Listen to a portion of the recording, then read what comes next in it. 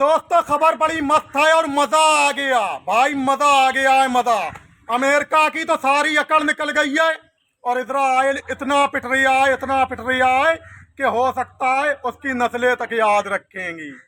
दोस्तों आपको बता दें कि कल तक जो अमेरिका कहता था ईरान से तेल मत लेना, ईरान पे प्रतिबंध लगाए चले जा रहा था और ईरान को उसने बेशुमार प्रतिबंधों में जकड़ रखा था। ईरान की इकोनॉमिक की कमर टूट चुकी थी। लिहाजा अमेरिका कह रहा था कि ईरान टेररिज्म को सपोर्ट करता है, आतंकवाद को सपोर्ट करता है, ईरान रजिस्ट्रेन को सपोर्ट करता है और ईरान जो है आतंकी देशों की हेल्प करता है, ईरान दुश्मनों की हेल्प करता है। उसने पूरी तरह से ईरान पे 100% तक प्रतिबंध लगा रखे थे और कहा था दुनिया से कि कोई भी अब ईरान से तेल नहीं खरीद सकता है। लिहाजा ईरान या तो अपना तेल बेच नहीं पा रहा था और बेच रहा था तो वही ब्लैक में बेच रहा था। लेकिन अब अमेरिका कह रहा है दुनिया से कि भाई साहब ईरान से तेल लीजिए। ईरान पर 20 मार्च से 19 अप्रैल तक सारे प्रतिबंध हटा लिए हैं। ईरान 20 मार्च से लेके 19 अप्रैल तक खूब तेल बेच सकता है, जितना चाहे तेल बेचे, पूरी दुनिया को तेल सप्लाई करे, जितना चाहे ईरान पैसा कमाए, जितना चाहे मजा उड़ाए। अमेरिका ने सारे प्रतिबंध हटा लिए, लेकिन ईरान की तरफ से एक बयान सामने आया। ईरान ने कहा कि अमेरिका प्रतिबंध लगाए चाहे हटाए उससे हम पे कोई फर्क नहीं पड़ता है। अमेरिका प्रतिबंध लगाता है तो लगाता रहे, हटाता है तो हटाता रहे, हम पे ना तो लगाने से कोई फर्क पड़ता है और ना ही प्रतिबंध हटाने से कोई फर्क पड़ता है। ये स्टेटमेंट आया ईरान की तरफ से। लिहाजा अब ईरान को खुली छूट इसलिए दी गई है क्योंकि दुनिया में तेल को लेके तिराही मच गई है और दुनिया अमेरिका को जिम्मेदार मान रही है और कह रही है कि जंग ईरान से करने की जरूरत ही नहीं थी। जी हाँ, इसके बाद अमेरिका कह रहा अरे नहीं नहीं भाई, हम नहीं मना कर रहे हैं, आप तेल लीजिए ना, ईरान से खूब तेल लीजिए। अरे भाई ईरान तेल दीजिए भाई, हम नहीं मना कर रहे हैं, आप जितना मन चाहे तेल बेचें, जितना मन चाहे पैसा कमाएं, हमें कोई मतलब नहीं है। आप 20 मार्च से लेके 19 अप्रैल तक खूब तेल बेच सकते हैं। लिहाजा ईरान कहता है कि आपके प्रतिबंध हटाने या नहीं हटाने से हम पे कोई फर्क नहीं है।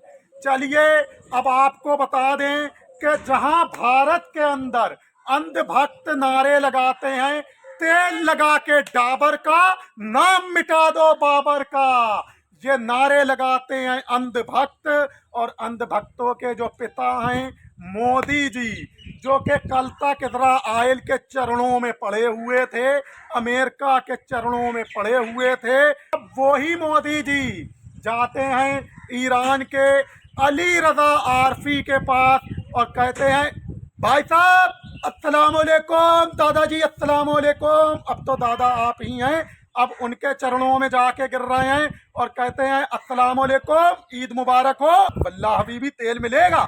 लिहाजा अब ईरान की मर्जी है, ईरान तेल दे या ना दे। लेकिन चलिए अब आगे बढ़ते हैं। जॉर्जिया का स्टेटमेंट है कि जॉर्जिया ने अपने यहाँ गैस पर लगे सभी टैक्स को हटा लिया है। वो इसलिए हटाया है कि जनता की जेब पे ज्यादा लोड ना पड़े, क्योंकि वैसे ही गैस बहुत महंगी मिल रही है और अगर टैक्स जारी रखा तो आम जनता की जेब फटके हाथ में आ जाएगी। पिछवाड़ा तो फटेगा फटेगा, लेकिन जेब फटके पहले हाथ में आ जाएगी। इसलिए जॉर्जिया ने अपने स्टेट में गैस पे से सभी टैक्स को हटा दिया है। कल तक जो ब्रिटेन ज्यादा उछला करता था, जो ब्रिटेन ज्यादा उलफुलाया करता था, जो ब्रिटेन ज्यादा बकवास किया करता था, अब आपको बता दें उसी ब्रिटेन ने अनाउंसमेंट किया है कि भाई साहब ज्यादा गाड़ी का इस्तेमाल मत करो, घर से ही काम काज करो और घर से ही काम काज को संभालो, होम वर्क करो, तेल बचाओ, ईंधन बचाओ क्योंकि तेल के रेट आसमान छू रहे हैं और तेल मिलने की अभी कोई संभावना नहीं है। एक ईरान से टकराने का ये नतीजा पूरी दुनिया भुगत रही है और कितना खतरनाक ईरान साबित हो रहा है। मैंने पहले ही कहा था ना कि अगर ईरान से जंग करी तो ईरान पूरे मशरिक़ वस्ता में अमेरिका के सारे अड्डे फूंक देगा। आखिर ईरान ने सारे अड्डे फूंक डाले। अगर ईरान से जंग करी तो वो इजराइल को राख का ढेर बना देगा। आखिर ईरान ने इजराइल को राख का ढेर बना दिया। मैंने कहा था कि अगर ईरान से मशरिक़ वस्ता के 17 देश भी मिलके लड़े तो 17 को अकेले मारेगा। आखिर उनने 15 की मार लगा दी और जो 2 बचे हुए हैं यमन और आपको बता दूं ओमान, वो तो ईरान के ही साथी हैं। तीसरी तरफ आपको बता दूं, मैंने कहा था कि अगर नाटो आया तो पूरे नाटो को ईरान अकेले मारेगा। लेकिन ईरान के आक्रामक रुख को देखते हुए नाटो पहले ही समझ गया कि अगर गए तो भाई साहब बहुत बुरी मार पड़ेगी, इसलिए नाटो ने हुन जाने से कदम ही पीछे खींच लिए। फिलहाल नाटो के 4-5 देश पिट भी रहे हैं ईरान के हाथों। मैंने कहा था कि ईरान जब 20% तक ताकत को इस्तेमाल करेगा तो इजराइल चल जाएगा और जनाब मशरिक़ वस्ता में अमेरिका के सब अड्डे ख़त्म हो जाएंगे। वहीं आपको बता दूं कि इजराइल जब राख का ढेर बनेगा, जब 30% 40% तक ताकत को ईरान इस्तेमाल करेगा, राख का ढेर बन गया इजराइल, 40 अड्डे ख़त्म हो गए, मशरिक़ वस्ता से बातचीत मिट गई अमेरिका की। आपको बता दूं कि 50 से 60% ताकत को ईरान जब इस्तेमाल करेगा तो समंदर से खाड़ी के अमेरिका को बाहर कर देगा। आखिर ईरान ने बाहर कर दिया अमेरिका को। 90 से 100% ताकत का जब इस्तेमाल करेगा तो ICBM और IRCBM मिसाइलें इस्तेमाल करेगा जो कि 10 से 12 हजार किलोमीटर मारेंगी और अमेरिका की राजधानी Washington, pentagon, New York, Florida, California, Philadelphia, Pennsylvania, ये सब महानगर जलेंगे। आखिर क्या हुआ कि अब ईरान ICBM मिसाइलें निकालने के करीब पहुंच गया है और अमेरिका के यहाँ न्यूयॉर्क में जो न्यूयॉर्क एयरपोर्ट है वो दहलने लगा है। लिहाजा ये सब कुछ देखने को मिलने लगा है। फिलहाल आपको बता दें कि जनाब जो UN का चीफ है जिसका नाम है ABT एंटोनियो गुटेरस, UN का चीफ ABT एंटोनियो गुटेरस ने ईरान से बातचीत की। विदेश मंत्री अब्बास अराक्ची से बातचीत की ईरान के। अब्बास अराक्ची ने साफ साफ कहा दो टूक कि भाई साहब हम पे हमला हुआ है और हमने हमला पहले किसी पर नहीं किया है, हमें पूरा अधिकार है डिफेंस का। जी हाँ, ये बयान निकल के आया ईरान की तरफ से। दोस्तों, ईरान के कौमी सलामी सिक्योरिटी काउंसिल के सेक्रेटरी अली लारिजानी गए थे, रूस गए थे और रूस में जाकर वह व्लादिमीर पुतिन का इंतजार कर रहे थे। तभी नमाज का वक्त हो गया तो ईरान के कौमी सलामी सिक्योरिटी काउंसिल के सेक्रेटरी अली लारिजानी ने वहीं दफ्तर में मुसल्ला बिछाया और नमाज अदा कर दी। अल्लाह अकबर, अल्लाह अकबर, अल्लाह अकबर। ये शान है ईरान की, ये शान है ईरान की जो दुनिया देख रही है। फिलहाल आपको बता दें कि तेहरान से पिछले 6 घंटों से रिपोर्ट आई है कि तेहरान में पिछले 6 घंटों से बड़े धमाके सुनने को मिले हैं।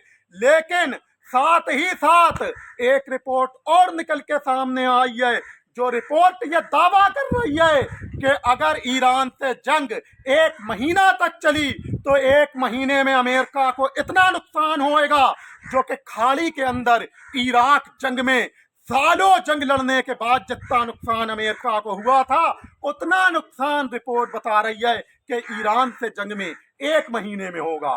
लिहाजा आपको बता दूं कि इजराइल का शैतान प्रधानमंत्री बेंजामिन नेतन्याहू फलस्तीन के बच्चों का कातिल, हॉस्पिटलों पे हमले का कातिल, स्कूलों पे हमले का कातिल, गाजा की प्रेग्नेंट महिलाओं का कातिल, गाजा के बच्चों का कातिल, जिसे इंटरनेशनल क्रिमिनल कोर्ट ने क्रिमिनल घोषित किया है, वॉर क्राइम किया है इसने। लिहाजा इसने एक बार फिर से मशरिक़े वस्ता में पूरे इजराइल के अंदर और फिर पूरे मशरिक़े वस्ता के अंदर इजराइलियों को हाई अलर्ट किया है और कहा है, हेलो मुन्ना, थोड़ा होशियार रहना, किसी ईरानी के हाथ मत लग जाना, नहीं तो रोस्टेड बना के खा जाएगा। जरा ईरान का खौफ तो देखिए, एक इजराइल में ही नहीं बल्कि पूरे मशरिक़े वस्ता के अंदर वो इजराइलियों को होशियार कर रहा है और हाई अलर्ट कर रहा है कि हेलो मुन्ना, थोड़ा होशियार रहना, मशरिक़े वस्ता के अंदर किसी ईरानी के हाथ मत लग जाना। उसे डर सता रहा है कि अगर किसी ईरानी के हाथ लग गए तो रोस्टेड बना के खा जाएगा। जी हाँ, इतना डर है ईरान का। कल तक अमेरिका कहता था कि ईरान को 4 दिन में फतेह कर देंगे, ईरान को दुनिया के नक्शे से मिटा देंगे, ईरान से कोई तेल मत लेना, ईरान जो है ये टेररिज्म को सपोर्ट करता है, ईरान आतंकियों की हेल्प करता है, ईरान दुश्मनों की मदद करता है। लिहाजा ईरान से किसी को तेल लेने की जरूरत नहीं है। ईरान पे 100% तक प्रतिबंध लगाए, ईरान को प्रतिबंधों में जकड़ दिया। ईरान अपना तेल बेच नहीं पा रहा था और बेच नहीं आता तो ब्लैक में बेच रहा था। ईरान की इकोनॉमिक की कमर टूटने लगी थी। लेकिन जब हमला हुआ तो ईरान ने दिखा दिया, अमेरिका तेरी औकात क्या है। अमेरिका कहता है, अमेरिका के जो सीनेटर हैं वो कहते हैं कि अमेरिका ग्राउंड ऑपरेशन चलाने की तैयारी कर रहा है। ईरान कहता है, हम बेसब्री से इंतजार कर रहे हैं कि अमेरिकी फौजें यहाँ आएं और हम उनका स्वागत करें। जी हाँ, ईरान 20 साल से तैयारी कर रहा है अमेरिकी फौजों की स्वागत करने के लिए। लेकिन अब देखना है कि आगे क्या होता है। फिलहाल अमेरिका के कानून में एक और धारा है जिसका नाम है आर्टिकल 4। आर्टिकल 4 के अंतर्गत अगर कोई भी राष्ट्रपति अपने पावर का इस्तेमाल गलत करता है तो आर्टिकल 4 के अंतर्गत उस राष्ट्रपति को हटाया जा सकता है और उपराष्ट्रपति को राष्ट्रपति बनाया जा सकता है। जी हाँ, अमेरिका की जनता लगातार बिगड़ती जा रही है और राष्ट्रपति डोनाल्ड ट्रंप के खिलाफ सड़कों पे उतर रही है जनता, धरना प्रदर्शन कर रही है और राष्ट्रपति ट्रंप की सत्ता गिराने की कोशिश कर रही है अमेरिका की जनता। आपको बता दें कि ट्रंप चले थे खोमैनी की रिजीम को चेंज करने। हमें यह लग रहा है कहीं ऐसा ना हो कि अमेरिका में अमेरिका की जनता ट्रंप की ही रिजीम को चेंज कर दे। लिहाजा जनता जो है लगातार सड़कों पे है और धरना प्रदर्शन कर रही डोनाल्ड ट्रंप के खिलाफ। जी हाँ, आर्टिकल 4 का आपको बता दें क्या मकसद है। 1963 में जॉन एफ कैनेडी अमेरिकी राष्ट्रपति मारा गया था और अमेरिकी राष्ट्रपति जॉन एफ कैनेडी के मारे जाने के बाद दोस्तों अमेरिका की कांग्रेस ने 25वां कानून में संशोधन किया था, जिस संशोधन के आधार पे धारा 4 के अंतर्गत अगर कोई भी राष्ट्रपति अपनी पावर का गलत इस्तेमाल करता है तो उसे आर्टिकल 4 का इस्तेमाल करते हुए गद्दी से हटाकर उपराष्ट्रपति को राष्ट्रपति बनाया जा सकता है। दोस्तों, अमेरिकन सेनेटर एलिजाबेथ कहती है कि ट्रंप ने ये जंग अपने आप छेड़ दी है और जनाब खुद ही फैसला कर लिया है इस जंग का। इस जंग में किसी से कोई राय मशवरा नहीं किया। डोनाल्ड ट्रंप ने खुद ही ईरान पे हमला किया और ईरान से जंग छेड़ दी। दूसरी अमेरिका की सेनेटर बर्निंग सैंडर कहती है कि यह जंग अमेरिका को छेड़ने की कतई ज़रूरत नहीं थी और ईरान पे हमला बेवजह किया गया है, ईरान पे हमला बिना मकसद के किया गया है। ईरान से जंग नहीं छेड़ना चाहिए थी और ना ईरान से कोई खतरा था। जी हाँ, रिपेंटेसिस कहती है अमेरिका की, अमेरिका की कहती है कि ईरान से ये जंग बिल्कुल बेवजह है और बिल्कुल गलत है। ये जंग अमेरिका को नहीं लड़ना चाहिए थी। अब धारा 4 का इस्तेमाल करते हुए डोनाल्ड ट्रंप की सरकार को गिराकर उपराष्ट्रपति जेडी वेंस को राष्ट्रपति बनाने की मांग चल रही है अमेरिका की जनता द्वारा। देखिए डोनाल्ड ट्रंप चले थे ईरान की रिजीम को चेंज करने। हमें लग रहा है कि अब डोनाल्ड ट्रंप की ही रिजीम चेंज होने का वक्त करीब आ चुका है। लिहाजा जब भी इस्लाम के दुश्मन इस्लाम को मिटाने चले हैं तो शिद्दात से लेके नमरूद तक, और नमरूद से लेके फिरौन तक, और फिरौन से लेके जदीद तक, जब भी इस्लाम के दुश्मन इस्लाम को मिटाने चले हैं तो वो खुद ही मिट गए हैं। और इस्लाम कल भी जिंदा था, आज भी जिंदा है और हमेशा जिंदा रहेगा इंशाअल्लाह। अल्लाह अकबर, अल्लाह अकबर, अल्लाह अकबर। इस्लाम की सरकार ईरान की इस्लामी रिजीम को चेंज करने चला था डोनाल्ड ट्रंप, आज उसकी ही रिजीम चेंज होने का नंबर आ चुका है। इस्लाम के दुश्मन जब भी इस्लाम को मिटाने चले हैं तो खुद ही मिट गए हैं। अल्लाह अकबर, अल्लाह अकबर, अल्लाह अकबर। अब देखना है कि आगे क्या होता है। फिलहाल ईरान के कने इतना हथियार है कि वो अभी इसी हथियार से 10 साल लगातार लड़ता रहेगा इंशाअल्लाह।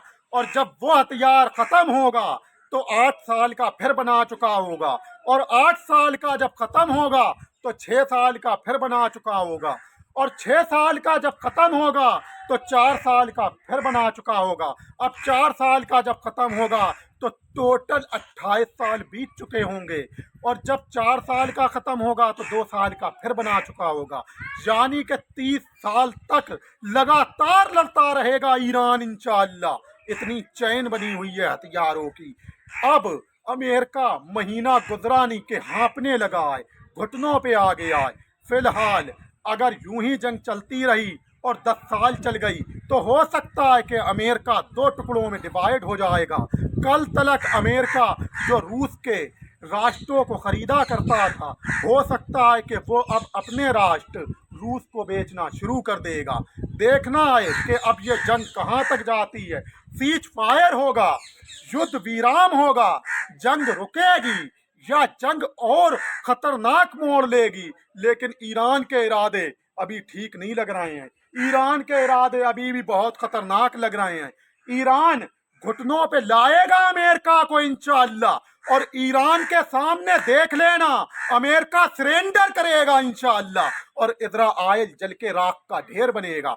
क्योंकि 5 दिन के लिए जो अमेरिका ने हमले रोके हैं वो क्यों रोके हैं आपको बता दें कि इजराइल को मारा ईरान ने, तो इजराइल को बचाने के लिए अमेरिका आया था, लेकिन ईरान इजराइल को अभी भी मार रहा है और अमेरिका पीछे हट चुका है, बीच में ही छोड़ के। अब अमेरिका इजराइल को नहीं बचा रहा है। लिहाजा जिसको बचाने के चक्कर में अमेरिका ने हमले शुरू किए थे, अमेरिका पीछे हट गया और ईरान अभी भी उसे मार रहा है और अमेरिका ने हमले रोक दिए। तो ये सरेंडर ही है अमेरिका का। 5 दिन के लिए अमेरिका ने कहा है कि हमले रोक दिए। हो सकता है कि 5 दिन बीतने से पहले अमेरिका कह दे हमने 1 महीने के लिए हमले रोक दिए, और 1 महीना बीतने से पहले हो सकता है अमेरिका कह दे कि हमने हमेशा हमेशा के लिए हमले रोक दिए। लिहाजा अब इजराइल की खैर नहीं लग रही है, क्योंकि ईरान के नॉन स्टॉप हमले अभी भी इजराइल पे जारी हैं। ईरान के इरादे बहुत खतरनाक लग रहे हैं, ईरान के इरादे ठीक ठाक नहीं लग रहे हैं। फिलहाल देखना है अब आगे क्या होता है। जंग और खतरनाक मोड़ लेगी या फिर जंग रुक जाएगी, समझौता हो जाए। फिलहाल ये तो वक्त बताएगा। अभी तक की खबरों में ताई है, जब तक के लिए इजाज़त दीजिए। आगे जो भी नई न्यूज़ निकल के सामने आएगी उस पर मैं वीडियो बना के आप लोगों के सामने शेयर करूंगा। लिहाजा अभी तक के लिए खबरों में ताई है। फिलहाल जब तक के लिए इजाज़त दीजिए। खुश आमदीद।